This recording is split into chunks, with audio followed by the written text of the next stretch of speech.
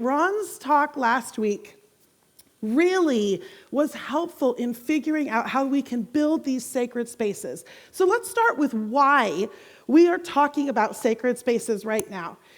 I am probably not alone in the sensation of grieving on behalf of our society that seems so split.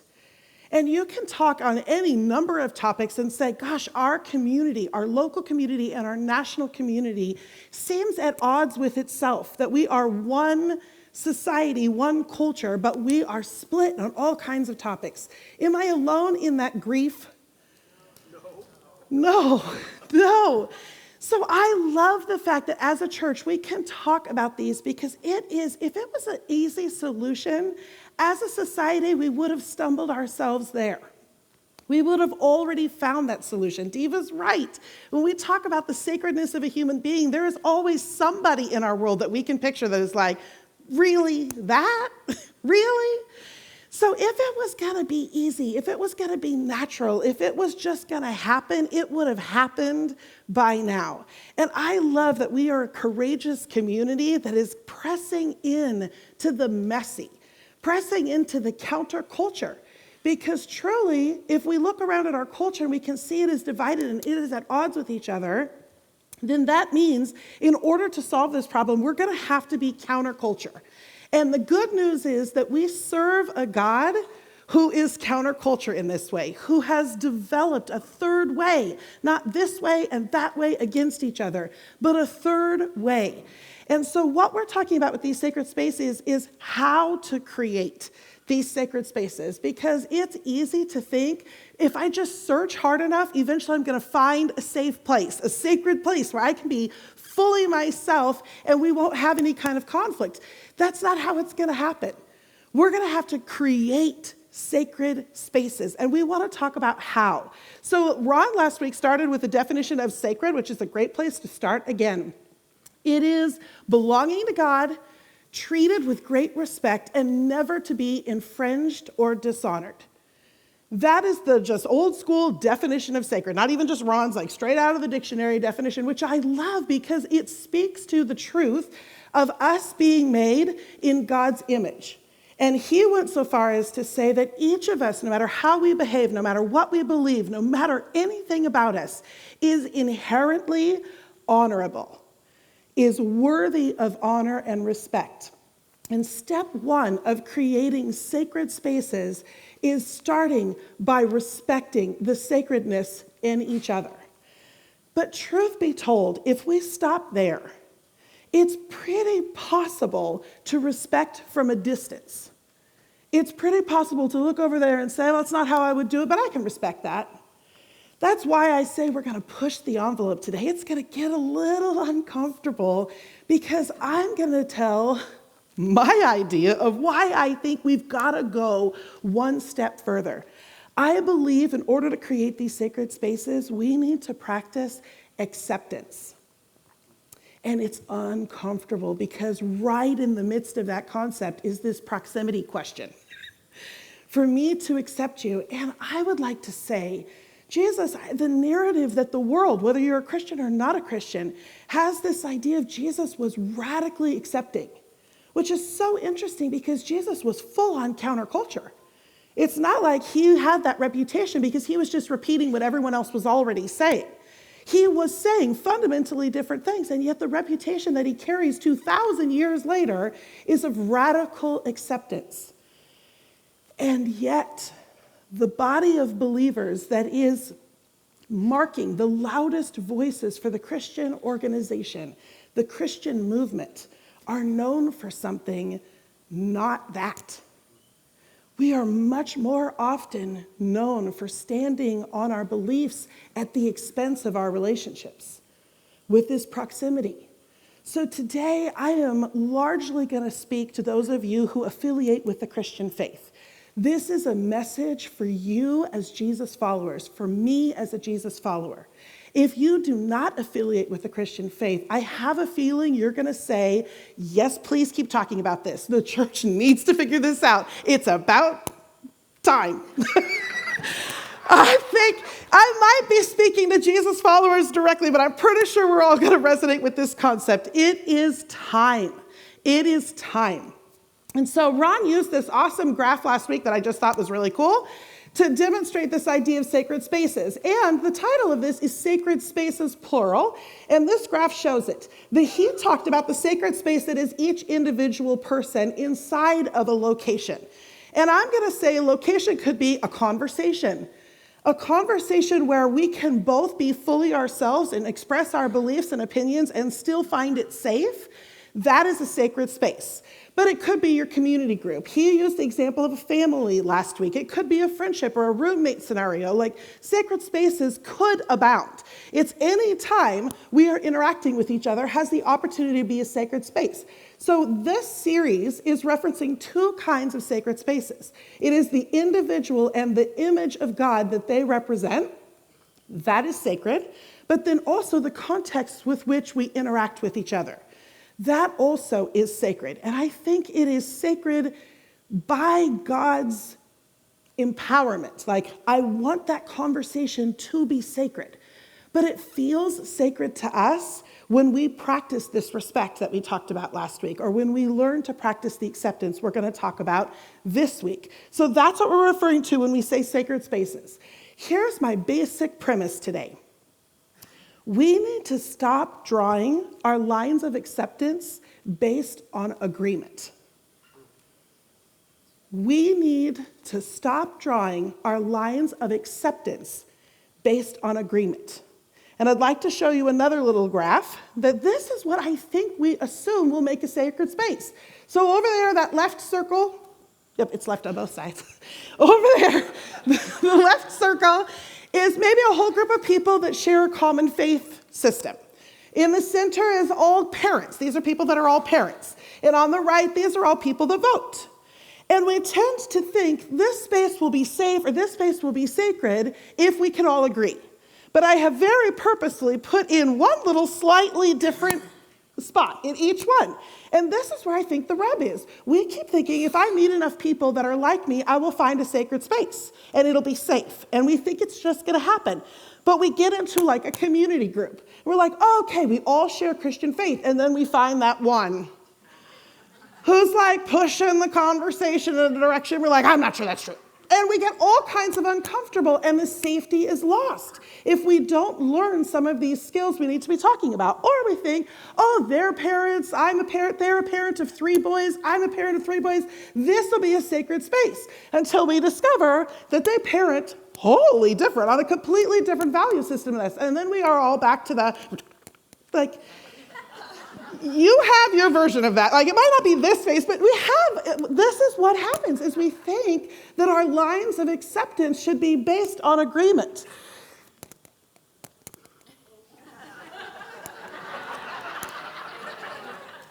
All right, let's just move on to the next one. People, we gotta find a way. We gotta find a way to accept what we do not agree with. And that is revolutionary right there, because everybody is telling us that we don't. Everybody is telling us, man, we spend a lot of time talking about our rights. You have a right to disagree. But as Jesus followers, we forfeited our right of who we're going to respect. We forfeited our right of who we're going to love. And how can I love you when I am standing internally in opposition to you? Now, I realize we actually probably already know. We probably already know acceptance is a thing we need to be doing. As Jesus followers, when we look at a leader who was radically accepting, we know we're supposed to imitate that. Most of us, we just don't know how. I'll be the first. Like, how? How? So I'm not going to lay today's talk out in a 3-step. This might be infuriating to some of you. I didn't realize that, but whatever. You have to go with it. Oh, I'm not going to lay this out in a 3-step, here's how you do it. You do this, and you do that, and you do this. It is really easy to come into an environment like this and, one, assume that the person up here is an expert. If I am an expert on this topic, I am an expert in the wrong way, so just know that. Secondly, the solution is not going to be found in my words. The solution is going to be found in our heart spaces. And we are shaped by story. So I'm just going to tell you some stories that have really rattled my view on this topic. And I'm going to let you sit in the discomfort of that. And I'm hoping that you are uncomfortable on the way out the door so that you will keep that inner dialogue with God going. That is how we are going to be shaped in a way that makes us radically accepting. So we're going to leave a little bit unsettled, and that's going to be okay. And I'm just going to tell you some stories. So I'm going to start with the story of God. What better place to start? I believe one of the things that we're missing is the concept of free will, and that we need to be accepting each other's right to free will. A few years ago, I was shocked to discover that I resonated with a part of God's story that I had never considered before. I was very familiar with the narrative of God that sent his son to die on my behalf. And I'm endeared to that God. I owe that God my life. I love that God. And that looked to me like the biggest sacrifice possible. A sacrifice I couldn't imagine making. That's something I deeply respect about God. But a few years ago, I was struck with the idea that perhaps God even made a larger sacrifice that I had not really paid attention to. There were a lot, every culture has had a story describing the creation of humankind and the interaction with the gods or a god. One of the things that is uniquely distinctive, might be redundant, distinctive about the Christian story of creation is a personal God who loves his creation. His creation was not made to serve him, or he was not hands off with his creation. But one of the most beautiful aspects is he could have made us like the animals that he made. He could have made us robots. And he chose to respect our free will. Because he recognized if he makes us robots, we cannot choose him. We cannot choose relationship with him. In my opinion, the biggest sacrifice he made was making us with free will. Think about what that's cost him. I mean, how badly do we grieve the pain of life? Whether it is a robbery that steals from one person or another, that is free will. That is someone acting out their free will. Whether that is a harsh word spoken, whether that is a mass shooting. God stood at the moment of creation and said, I have to give them free will. It is really important that they have free will so that they can choose me, so that they can choose each other, so that we can live in relationship. I'll be honest, if I was in charge, I don't think I would have given you free will. Okay, I should have said I wouldn't have given me free will. Like the choices I have made with my free will, I don't know that I would have done that. It's cost him. So the other day I was grieving something just sad, and I had this realization. Could you see this moment when you opted for free will? Could you see this moment? How do you stomach this, God? How do you stomach our choices with free will? If God can offer that free will for millennia to every resident on this planet, I am challenged to accept your free will, just you, just one person's free will, that person in our little dot, this person's free will. We need to begin to press into God's understanding of the value of free will so that we can also embrace it in each other's lives. That is a story that I have been replaying over and over as I have struggled to do this acceptance thing, to draw in those who I disagree.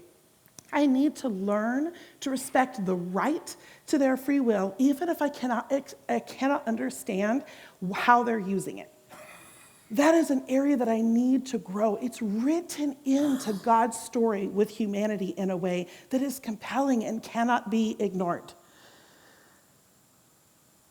I would like to propose the safety of these sacred spaces that we want to build is based on acceptance.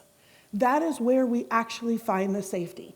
where we can be free to share of our thoughts and know that I am still accepted in here, even if I don't actually agree with who else is in the room. So God taught me this lesson in a very personal way a few years ago that I'd like to share, and I'd like you to meet my beautiful mom on the screen. I'm not going to call her out of the audience. That would be unkind. This is my mom, Monica. I love that woman. And she taught me a lesson inadvertently, but God bless her, she gave me the chance to actually practice this with her. A couple of years ago, she was diagnosed with cancer. And she is good. We're all good. We can sit easy in this story. She was diagnosed with cancer, and it began a war in me about free will. As her daughter, I have a vested interest in my mother's health, as you do in your loved ones. And all of a sudden, I was faced with the fact that I am very greatly affected by the choices that she makes. Are her doctors doing a good enough job? Are they telling her what they need to tell her? I wanted to support her, as you would too. If you have a loved one going through something, man, you want to be there. I wanted to be at every single doctor's appointment. However, I could feel inside of me that I had all kinds of opinions that were going to shape those doctor's appointments. I had treatments that I didn't think she should be doing, and I had treatments that she needs to do that. I struggled greatly with this concept of her free will. Anybody who has had a loved one diagnosed with cancer has had some version of this wrestling match. And I found myself in conversations with God like, okay, I need to remain quiet and support her. I can feel that. I am supposed to be doing that. Are you going to tell her to say no to that treatment? Like, when in doubt, send God to do your dirty work. Like, I was desperate for my mom to be okay. And I remember the day I said to God, as he was telling me, honey, your job is support. Like, that's your job, is support. To which, of course, I argued back, as you would too, I think. I will support her with wisdom in her decisions. Just staying at it. As God was saying to me, honey, your job is support. That's your job. I remember saying back to him with somewhat a fist in the air, but it's life or death, God. It's life or death. Like, we're dealing with my mom's health. It's life or death. And he just, is the way that he does, just gently whispered back, I know, but it's her life. It's her life. Therefore, it is her choice. And it's your choice to walk with her or to have this wedge between you as you walk this journey. I deserved to stop holding my breath with all my opinions. I deserved to be fully in that moment with her, supporting her. She deserved not to be managing my opinions while trying to manage her health care. She deserved that space. And I remember the feeling that came over me when I accepted her right to free will, even with life and death on the line. I asked her permission to share this story, and she said, honey, I know the moment you made that choice. Just like, of course. Of course. Friends, our interactions, we're felt. We're felt. If we're fighting this tug of war of acceptance, it's felt. It's felt. We gotta start drawing our lines of acceptance, not based on agreement. Thank you for that. I have a quote. Oh my gosh, I'd like to tell you the scripture. Cassie, can we pop to the, keep going. Can we pop to the Romans 5:8? I love this because this verse also demonstrates something about God with us and our free will. The verse simply says, but God demonstrated his own love for us in this, while we were still sinners, Christ died for us. For those of us that were raised in the church, this is a familiar scripture. This is a concept that we celebrate every single Sunday in communion. What I seem to forget so often is that God made that choice with no strings attached of whether or not I would stop being a sinner. Have you thought about that? And it's not like he made that choice at the same choice that I chose him. He made that choice with no strings attached to how I would use my free will. God sets the bar right off the bat with this radical acceptance while I was still going my own way with no promises that I would stop going that way. He died for me to make a way back. I came across this quote that is just, it really has rattled me and stuck with me because it makes a reference to a Bible verse where we were told to love God and love our neighbors. That is a basic commandment of the Christian faith. And this makes a reference in a way that just it just shakes me up a little. It's by Barbara Brown Taylor. The only clear line I draw these days is this: when my religion tries to come between me and my neighbor. That's the only line. So when I say we got to stop drawing our lines of acceptance based on our agreement, she is saying the same thing. The only clear line I draw these days is this: when my religion tries to come between me and my neighbor, because Jesus never commanded me to love my religion. Whoa. Whoa. If I'm honest, it is often my belief system that makes me feel at odds with other people. You're not living in a way that, whatever. It's my belief system. If my religion is coming in the way between my ability to love my neighbor, something's off with my religion. And I know it's easy to sit here and look out and say, gosh, the narrative, the Christian narrative out there is not one of love, it's one of judgment. But folks, it's us. We need to create that narrative. We have the ability in Sonoma County to make a difference in that narrative based on our radical acceptance. Here is another Bible verse from 1 Corinthians that just says, love is patient.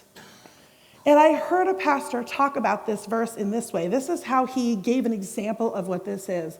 It adjusts its pace in light of those around it without demanding they keep pace with me. I maybe believe a certain value system that you don't share. My love for you makes me patient, not the kind of patience that taps its toes. My love for you accepts you right where you are without needing to fix that, without needing to agree, just to love. So I've been praying about this talk for months now. And then this last week I was watching a documentary on Woodstock. Did someone else watch it? Hey, okay, that's what we do in our free time. I was watching this documentary on Woodstock, and I just got socked in the face. I mean, just socked in the face with this understory. It wasn't even the main story of Woodstock. Woodstock was a rock fest. I think you all know. I mean, I was not alive during this time, but Woodstock was a rock festival that was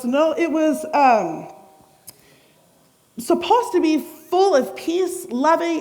It had some strong anti-Vietnam War tones to it, but in general, it was supposed to be a peaceful gathering that was just to celebrate music and love and be together. But all of the festivals that were like this leading up to Woodstock had erupted into violence. All of them had. And so the event planners for Woodstock had some unorthodox ideas about how to keep the violence down at Woodstock, which is brilliant. Watch the documentary, it's totally interesting. However, in the midst of that, they make mention of a commune called the Hog Farm. And it is not a Christian commune at all, but it was all about love and peace, and maybe a lot about drugs, possibly. And they were a big presence at Woodstock. But the story that just caught my attention is a story started by this man named Wavy Gravy. That just says so much right there. This is Wavy Gravy. He's got no teeth. Just endeared to this character. Wavy Gravy was a resident on the hog farm and a leader in the hog farm. And when he went to Woodstock, he knew drugs was going to be a huge part of that experience. He knew that. And his love for people had him set up yurts and teepees so that he and his loved ones could love them through their bad acid trips. I'm sorry. That story right there pushes every notion that I have about radical acceptance. Okay, I cannot get my mind wrapped around.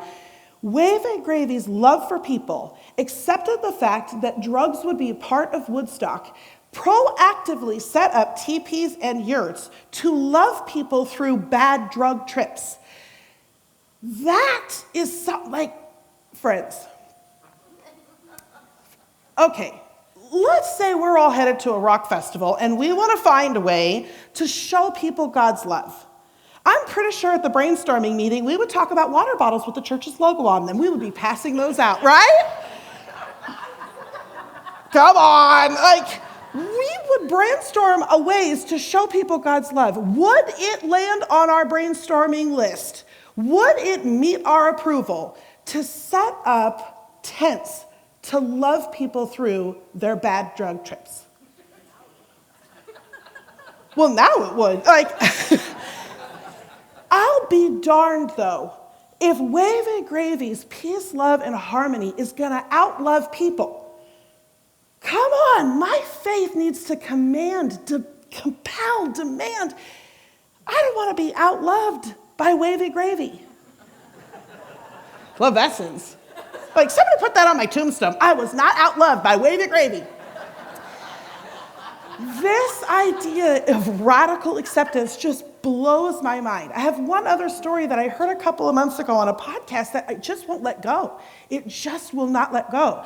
It was a Christian family in Canada who had become friends with a Muslim family. Let's just stop there.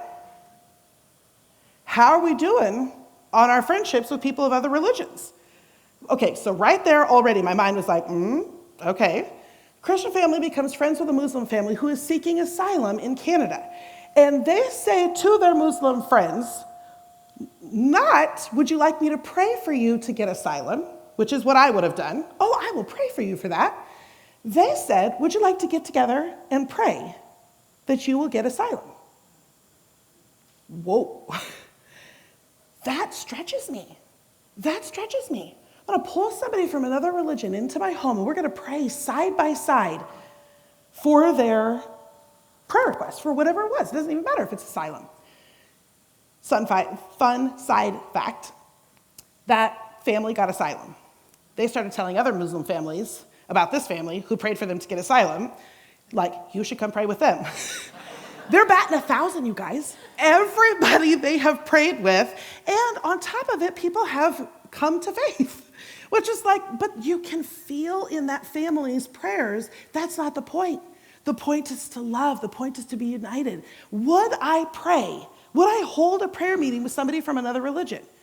Man, it's just shaking me. It's just shaking me up. It's unsettling, this radical acceptance. But I believe it is a third way that God is calling us to. The sacredness, this was a quote from Ron last week, and I just loved it. The sacredness of every human being is the foundation that every sacred space rests upon. Their sacredness in that they were made in the image of God, and their sacredness that they have a right to their free will, and it is our responsibility to adjust to that right, not them adjust their agreements to match us so that they can be sacred spaces. We adjust. We've got to stop drawing the lines of acceptance based on agreement. All right, I'd like to do an exercise that's a little unorthodox, but we're going with it. I'd like to do a little exercise that I think demonstrates this really well. It's uncomfortable, though. I'm sorry about that. And on top of it, I need 7 volunteers to make it happen. Yes, Shauna, I do promise not to embarrass you.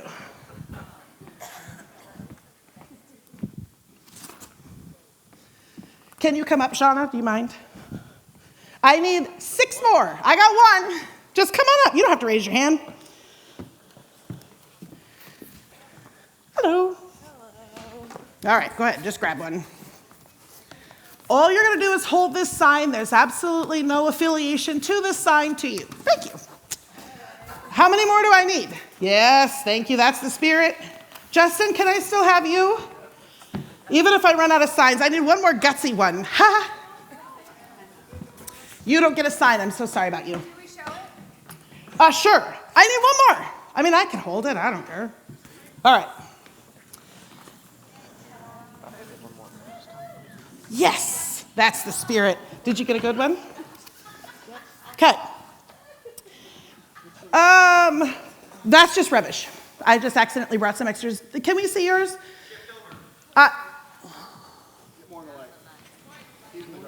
More? Into the light. Come into the light. Okay. I'm questioning my Christianity. I'm not sure I want to stay married. My daughter has just come out. I have a criminal record. I am 4 months behind on my mortgage. I affiliate with an unpopular political party, and I think I might get fired. Justin, there is no right or wrong answer to this. Would you mind putting these in order of complexity of conversation? So let's say this is a community group. Let's say this is a community group, and we're going to have a discussion. And we've made it a sacred place. It's safe. It's all. Can you just put them in order of simplest to most complicated? We'll put most complicated over here. Okay? And you're physically going to move when he, tells you. No right or wrong answer. It's okay.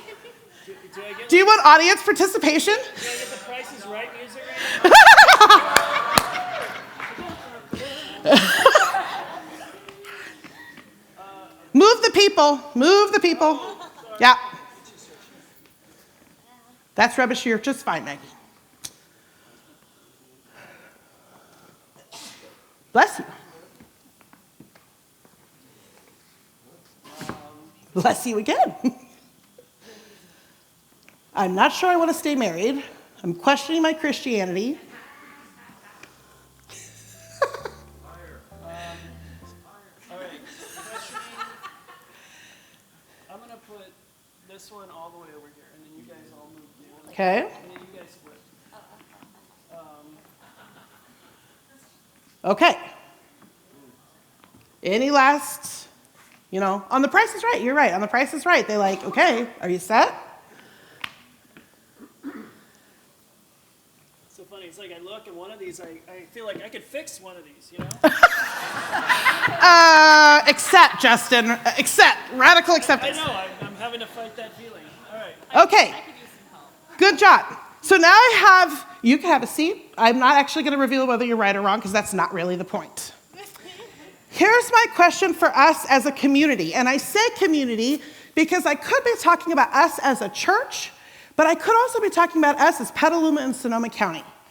My question is this: how safe do we want to be? This safe? Where if we get into a conversation with someone, she is remaining sacred, she is being trusted, we're not trying to fix her. Do I want to be this safe?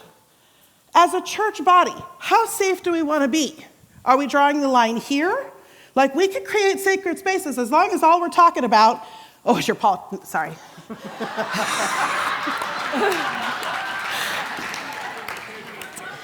Let's just apply it to our church body just for a second. In your community group, how safe are we going to be? How sacred? How radically accepting? This is a touchy one. And it's not the end of the line. Am I at the halfway? I'm not even at the halfway point. Friends, we got to get this right. And I know he's not affiliated with this sign and he's not affiliated with that sign, but there is a face in your world who holds this sign silently.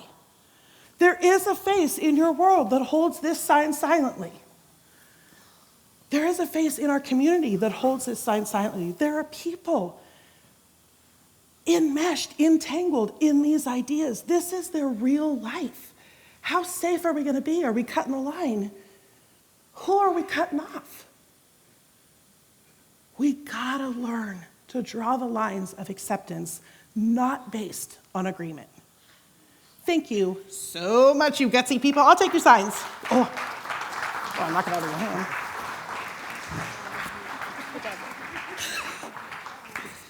Thank you. I have one more Bible verse that just really resonated with me as I thought through this topic. And it is from Philippians 2. Dear friends, continue to work out your faith with fear and trembling. This is us working out our faith. Those of us that claim Jesus' followership, this is a face of our faith. This is going to take fear and trembling to step into the mess, to say, I don't care if other Christians think I've lost my faith because I am choosing to wrap my arm and affiliate with myself with somebody that they disagree with. It takes faith, fear, and trembling to do that. And it is where God is calling us. To love somebody who's hard to love somebody that others are excluding, to let something go, to respect a sacred space around a person. Let's work out our faith with fear and trembling. We can do it together. Thank you.